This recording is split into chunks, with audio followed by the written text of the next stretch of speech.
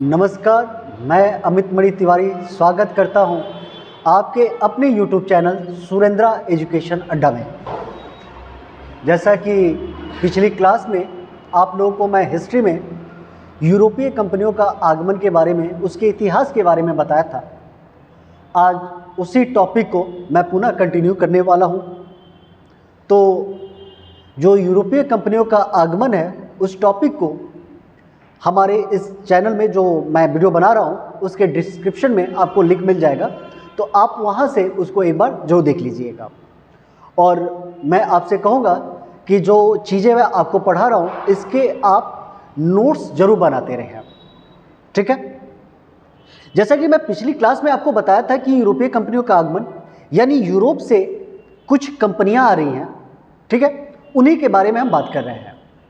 तो मैंने बताया था कि क्या यूरोप से कंपनियां ही आई थी या कंपनियों से पहले कोई यूरोपीय भी भारत आया था। तो हम पिछली क्लास में मैंने बात किया था कि हाँ, यूरोपीय कंपनियों से पहले भारत में सिकंदर आया था, जो 326 ईसा पूर्व में भारत में एंट्री करता है और पंजाब के राजा पोरस के साथ उसकी युद्ध भी होती है, जिस युद्ध का नाम हाइडे स्पीच या बितस्ता का युद्ध था, जिस युद्ध में पोरस की हार होती है और सिकंदर की विजय होती है। आपने पढ़ा होगा, पोरस जो था वो पंजाब का शासक था और यह जो युद्ध होता है वह युद्ध झेलम नदी के तट पर होता है। ये भी हम पिछली क्लास में बात कर चुके थे। फिर हम देखते हैं कि सिकंदर के आने के बाद और सिकंदर के चले जाने के बाद हमारे जो संबंध होते हैं, यानी भारत के जो संबंध होते हैं, वह यूरोप देश के साथ स्थापित हो जाते हैं। लेकिन बाद में हम देखते हैं कि यह जो संबंध स्थापित थे, किसी कारणवश ये संबंध क्या होते हैं, बंद हो जाते हैं, यानी व्यापार जो थे वो बंद हो जाते हैं। यह व्यापार बंद क्यों होते हैं? तो हमें पता है कि हमने पिछली क्लास में पढ़ा था कि यूरोप से 3 रास्तों के साथ व्यापार होता था भारत का। एक फारस की खाड़ी, एक लाल सागर और एक स्थल मार्ग। और ये तीनों रास्ते जाकर एक जगह पर मिलती थी जिसका नाम था कुस्तुतुनिया। आपको पता होगा कि कुस्तुतुनिया पर 1453 में तुर्की ने अधिकार कर लिया और यह कुस्तुतुनिया किस में कन्वर्ट हो गया? तुर्की में कन्वर्ट हो गया। तो यहां से भी कई बार प्रश्न पूछे जाते हैं, जरा से हम एक दो प्रश्न भी कर लेते हैं। प्रश्न क्या है?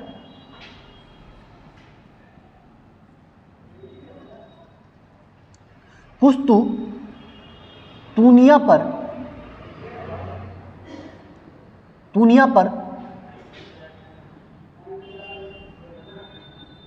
तुर्कों ने कब अधिकार किया?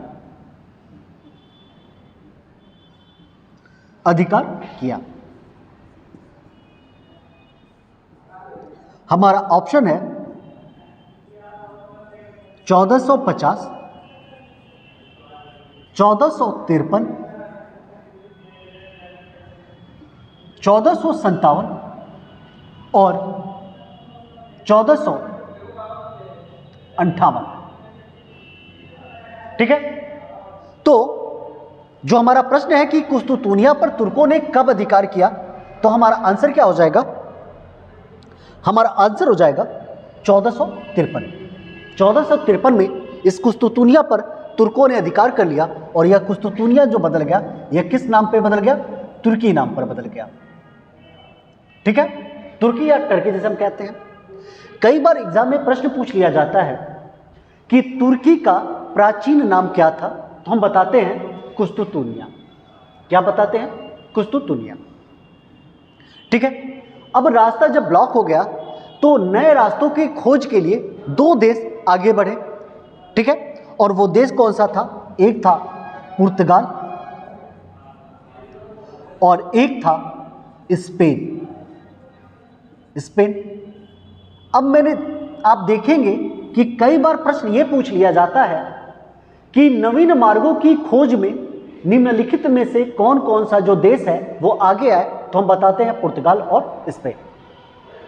पिछली क्लास में हमने देखा था कि पुर्तगाल के जो बार्थोलोमो डियाज हैं 1453 में नवीन मार्गों की खोज के लिए आगे बढ़ते हैं। सॉरी 1487 में, 1487 में। और ये कहां तक पहुंचते हैं? तो ये पहुंचते हैं कहां पर? दक्षिण अफ्रीका की केप ऑफ गुड होप तक। कहां तक पहुंचते हैं? केप ऑफ गुड होप पहुंचते हैं। बात यहां तक क्लियर समझ में आ रही है? अब आते हैं, फिर हम देखते हैं कि वास्को डी गामा आते हैं, भारत पहुंचते हैं, कालीकट में एंट्री करते हैं। और वो क्या करते हैं? कालीकट में जब आते हैं तो हमने देखा था कि उनका स्वागत कालीकट के जो उस समय प्रेजेंट टाइप में राजा थे जमूरिन करते हैं। और जो अरब व्यापारी थे जो भारत में व्यापार कर रहे थे, वह कहीं ना कहीं वास्को डी गामा का क्या करते हैं? विरोध करते हैं। अब हम यहाँ पे बात करें, चलिए इसको हटाते हैं। अब भारत में जो है पुर्तगालियों का आगमन होता है। किसका आगमन होता है? पुर्तगालियों का। तो चलिए हम बात कर लेते हैं कुछ कंपनियां जो भारत में आती हैं, यूरोपीय कंपनियां। कहानी कुछ हम देख लिए तो हमारे पास ट्रिक हो जाता है कि कौन कौन सी कंपनी भारत में आई। जिस 5 कंपनियों के बारे में ट्रिक हो जाता है, PDADF। पी से पहली कंपनी कौन आती है? पुर्तगाली कंपनी आती है, यानी पुर्तगाल से। दूसरी कंपनी आती है डच से। तीसरी कंपनी आती है अंग्रेज कंपनी आती है। चौथी कंपनी आती है डेन कंपनी आती है। पांचवी जो कंपनी आती है वह फ्रांसीसी कंपनी आती है। कौन कौन कंपनी? 5 कंपनियां आती हैं, पुर्तगाल, डच, अंग्रेज, डेन और फ्रांसीसी। क्लियर? अब पूछ लिया जाता है कि इन कंपनी का आगमन क्रम पूछा जाता है, कब आती हैं? आगमन।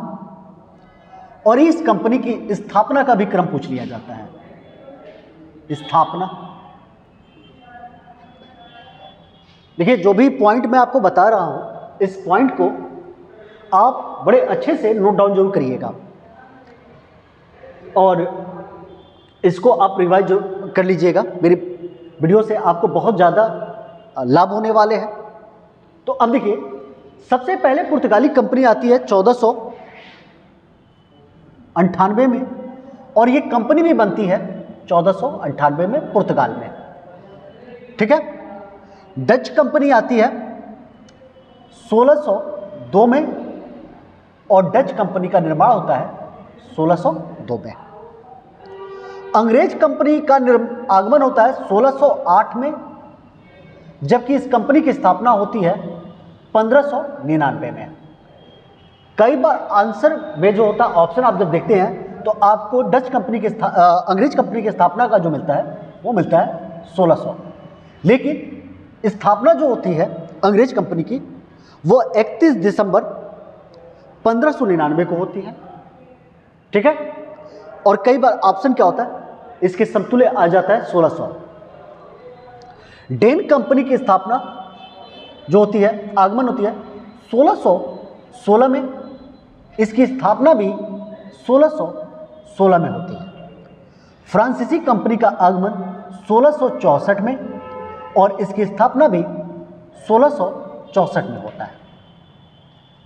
बात क्लियर? अब हम देखें तो कुछ इसमें तुलनात्मक अध्ययन करें इस कंपनियों के बारे में, तो हम देखेंगे कि जो डच कंपनी है ब्रिटिश ईस्ट इंडिया कंपनी से पहले आती है। कब? 1602 में। और ब्रिटिश ईस्ट इंडिया कंपनी कब आती है? 1608 में। डच कंपनी कब आती है? पहले। और अंग्रेज कंपनी कब आती है? बाद में, डच के बाद। लेकिन स्थापना की बात करें, यहां पे हम देखें, यहां पे गौर करें तो जो डच कंपनी है इसकी स्थापना जो होती है वो होती है 1602 में, जबकि ब्रिटिश ईस्ट इंडिया कंपनी की स्थापना 31 दिसंबर 1599 ये हो जाती है। यानी डच कंपनी का आगमन भारत में पहले होता है, लेकिन ब्रिटिश ईस्ट इंडिया कंपनी की स्थापना डच ईस्ट इंडिया कंपनी से पहले होता है। यह भी प्रश्न कई बार पूछ लिए जाते हैं कि निम्नलिखित में से वह कौन सी कंपनी है जो भारत में पहले तो आती है लेकिन उसकी स्थापना ब्रिटिश ईस्ट इंडिया कंपनी के बाद होती है। तो हम बताते हैं Dutch east India company. Point को मैं हटा रहा हूं और हटाने के बाद आते हैं पुर्तगाली कंपनी के बारे में। आपने सुना भी होगा कि पुर्तगाली जो कंपनी थे वो भारत सबसे पहले आए। भारत जब आए वो क्या हुआ, सबसे पहले पुर्तगाली क्या हुआ, भारत आए। ठीक है, तो नेक्स्ट हेडिंग डाल दीजिए, पुर्तगीज या पुर्तगाली जो भी मन हो वो हेडिंग डाल दीजिए। ये जो पुर्तगीज थे ये 1498 में भारत आए और 1961 तक यह भारत में रहे। क्लियर, 1498 में भारत आते हैं और 1961 तक ये भारत रहते हैं। अब यहां से जो प्रश्न बनता है, यह प्रश्न बनता है कि भारत आने वाली सबसे पहली कंपनी, तो हमारा रहता है प्रश्न भारत आने वाली पहली कंपनी, पहली यूरोपीय कंपनी, यूरोपीय कंपनी। प्रश्न यह पूछा जाता है कि वो कौन सी यूरोपीय कंपनी थी जो भारत में सबसे अंत में गई। तो हम कहते हैं देखिए 1961 में गई है, तो भारत से सबसे अंत में जाने वाली, भारत से सबसे अंत में जाने वाली कंपनी, कैसी कंपनी, यूरोपीय कंपनी। 2 पॉइंट जो है हमारे एग्जाम में बार बार पूछ लिए जाते हैं। अब इस कंपनी को भारत में आया कौन था, सबसे पहले आया कौन, तो हम कहते हैं वास्को डी गामा। कौन आता है, भारत आने वाला पहला यूरोपीय, यूरोप का है, यूरोपीय व्यापारी कौन था, वास्को डी गामा। क्लियर, यूरोपीय हम पुर्तगाली कहते हैं, वास्को डी गामा। अब हम बात करते हैं कि वास्को डी गामा आया कब था। तो नेक्स्ट हेडिंग अगर हम डालें वास्को डी गामा का, Vasco D gamma, Vasco D gamma की बात करें तो वास्को डी गामा 17 मई 1498 को भारत आता है और भारत के केरल राज्य के कालीकट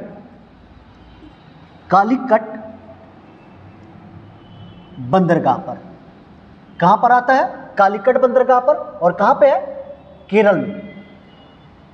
इस वास्को डी गामा को एक पथ प्रदर्शक की सहायता से भारत आता है जिसका नाम है पथ प्रदर्शक, पथ दिखाने वाला अब्दुल मजीद। किसकी सहायता से आता है भारत, तो ये कई बार प्रश्न पूछ लिया गया है कि यह वास्को डी गामा जो था यह एक गुजरात का पथ प्रदर्शक था जिसका नाम है अब्दुल मजीद। कहां का, गुजरात का। उसकी सहायता से यह पहुंचता है केरल। जब यह केरल पहुंचता है, केरल के कालीकट पे बंदरगाह पे पहुंचता है, तो वहां का जो शासक था, राजा था, जो पैतृक उपाधि रखा था, राजा जमोरिन। कौन, राजा जमोरिन। जमोरिन इस वास्को डी गामा का क्या करता है, स्वागत करता है। लेकिन भारत में जो व्यापार स्थापित हो गए थे, वह व्यापार स्थापित हो गए थे अरबवासियों से। क्लियर, किससे, अरबवासियों से। और अरब वाले जो व्यापार कर रहे थे उन्हीं का मोनोपोली था। मोनोपोली होने की वजह से कहीं ना कहीं जमोरिन भी परेशान था। लेकिन जब अरबवासियों का मोनोपोली था तो कोई अपने मोनोपोली में, एकाधिकार में किसी अन्य व्यापारी को थोड़ी आने देंगे। तो कहीं ना कहीं अरब व्यापारी जो थे वो वास्को डी गामा से क्या दिखाए, कैसे रिश्ते बने, यानी कटु वाले रिश्ते बने। यानी अरब व्यापारियों का और वास्को डी गामा का जो रिश्ता था वो कैसा था, एक कटुपूर्ण रिश्ता था। यानी इनका विरोध कौन किया, वास्को डी गामा का विरोध, विरोध कौन किया वास्को डी गामा का? तो हम बात करें विरोध अरब व्यापारी की है। कौन? अरब व्यापारी, अरब व्यापारी की है। वास्को डी गामा भारत में आया था काली मिर्च खरीदने, मसाला खरीदने, ठीक है। और मसाला में या काली मिर्च खरीदने आया था, क्या? काली मिर्च, क्योंकि यह ठंडे प्रदेशों से भारत आया था और ठंडे प्रदेशों में जो कहा जाए कि मांस है, मांस को लंबे समय तक प्रिजर्व करने के लिए काली मिर्च की आवश्यकता थी। यह आया और काली मिर्च खरीदा, तो इसने काली मिर्च के व्यापार से, यह जमूरिन की सहायता से काली मिर्च खरीदता है और काली मिर्च के व्यापार से यह लगभग 60 गुना प्रॉफिट कमाता है। यानी किसका व्यापार किया? तो काली मिर्च का, काली मिर्च खरीदा और इसका व्यापार किया और व्यापार करने पर कितना प्रॉफिट कमाया? 60 गुना प्रॉफिट कमाया। कितना गुना प्रॉफिट कमाया? 60 गुना। अब यह पुर्तगाल पहुंचता है और पुर्तगाल की राजधानी जो लिस्बन होती है, उस लिस्बन में इसका बहुत जोरदार स्वागत होता है। किसका? वास्को डी गामा का, ठीक है। तो ये थे कुछ पॉइंट वास्को डी गामा के बारे में। जब ये वास्को डी गामा भारत आया तो आप देखेंगे ये कुछ भारत का, दक्षिण भारत का नक्शा है और दक्षिण भारत में आप देखेंगे यहां पे आपको मिलेगा अरब सागर। क्या मिलेगा? अरब सागर। यहां पे आपको मिलेगा बंगाल की खाड़ी,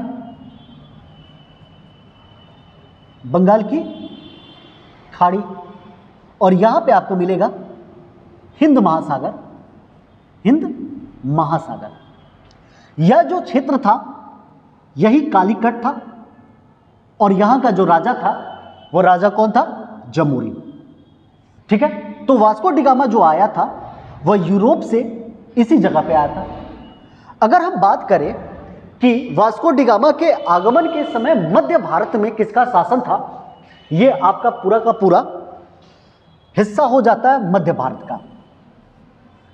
क्लियर? यह किसका हिस्सा हो जाता है? मध्य भारत का। मैं ऊपर से हटा रहा हूं इस पॉइंट को। बात करें तो हमारे यहां क्या हुआ था, यूरोप से, पुर्तगाल से 3 बार इनके अभियान आए थे। 1498 में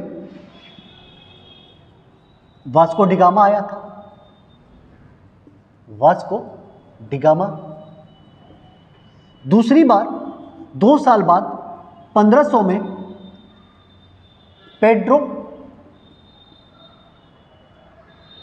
अल्वारेज कैब्रल आया था और फिर 2 साल बाद पुनः वास्को डी गामा 1502 में क्या करता है? पुर्तगाली अभियान के अंतर्गत भारत आता है वास्को डी गामा, ठीक है। ये थी 3 पुर्तगाली अभियान, पहला 1498 में, दूसरा 1500 में और तीसरा 1502 में। पहला जो अभियान है वास्को डी गामा के अंतर्गत आता है, दूसरा पेड्रो अल्वारेज कैब्रल और तीसरा जो पुर्तगाली अभियान था वो वास्को डी गामा के अंतर्गत ही आता है। प्रश्न कई बार पूछ लिया जाता है कि वास्को डी गामा भारत में कितनी बार आया था। तो वास्को डी गामा की बात करें तो वास्को डी गामा भारत में 3 बार आया था। कितनी बार? 3 बार। पहली बार 1498 में, दूसरी बार 1502 में और तीसरी बार 1524 में। यह आया था पुर्तगाल का गवर्नर बनके और कोचीन में आया था। कोचीन में आने के बाद इसकी मृत्यु इसी कोचीन में हो गई थी, ठीक है। तो पहला यूरोपीय गवर्नर जिसकी मौत भारत में हुई थी, कहां पे? कोचीन में। वो कौन था? Vasco D gamma. क्लियर? तो ये था इनके अभियान। नेक्स्ट बात कर ले कि जब ये भारत आए और इनका मेन उद्देश्य क्या था भारत में आने का, तो हम जब यूरोपीय कंपनियां पढ़ते हैं, इन यूरोपीय कंपनियों का ही मेन उद्देश्य था कि भारत में 2 ही कार्य करना है, एक तो हमें धर्म का प्रचार करना है और दूसरा हमें व्यापार करना है। अर्थात हम बात करें तो इस पुर्तगाल का भी 2 ही मुख्य उद्देश्य था। पहला कौन सा था? तो धार्मिक उद्देश्य और दूसरा कौन था? व्यापारिक उद्देश्य। तो बात कर लेते हैं इनके उद्देश्य के बारे में। उद्देश्य, तो इनके 2 उद्देश्य मिलते हैं। पहला कौन सा? धार्मिक उद्देश्य, और दूसरा हमें कौन सा मिलता है? व्यापारिक उद्देश्य। क्लियर? दो उद्देश्य मिलते हैं, धार्मिक और व्यापारिक। क्लियर? अब क्या होता है, इसके बाद भारत में इनकी फैक्ट्री स्थापित की जाती है, और फैक्ट्री जो थी, पहली फैक्ट्री कोचीन में और दूसरी फैक्ट्री कन्नूर में स्थापित कर दी जाती है। तो हम बात कर लेते हैं इनकी फैक्ट्री की। 1503 में इनकी पहली फैक्ट्री स्थापित की जाती है। कब? 1500। बात करते हैं फैक्ट्री की। पुर्तगालियों की फैक्ट्री, पहली फैक्ट्री कहां पे? कोचीन में। कब? 1503 में। दूसरी फैक्ट्री कन्नूर में। कहां पे? कन्नूर में। कब? 1505 में। यानी हम बात करें नक्शे पे, ये जो है कोचीन और कन्नूर कहां पे है? तो आप देख रहे होंगे दक्षिण भाग का ये नक्शा, यह है केरल। इसी केरल में एक जो भाग है यह है कोचीन, जहां पे इनकी पहली फैक्ट्री स्थापित होती है, और इसी केरल के दूसरे भाग में जो है कन्नूर, कन्नूर में ये क्या करते हैं? अपनी दूसरी फैक्ट्री स्थापित करते हैं। तो मैं उम्मीद कर रहा हूँ कि ये क्लास आपको समझ में आई होगी, और मैं आप लोगों से गुजारिश कर रहा हूँ कि हमारे चैनल सुरेंद्रा एजुकेशन अड्डा को लाइक, शेयर और सब्सक्राइब करें। क्लियर? और आज की क्लास को मैं यहीं पे वाइंड अप करता हूँ। पुनः नेक्स्ट क्लास में पुर्तगालीज कंपनियों के बारे में ही बात करेंगे, और उनके गवर्नर के बारे में हम बात कर लेंगे। ठीक है? और उनका भारत में क्या क्या प्रभाव पड़ा, उनके बारे में भी हम नेक्स्ट क्लास में बात करते हैं। आज के लिए धन्यवाद।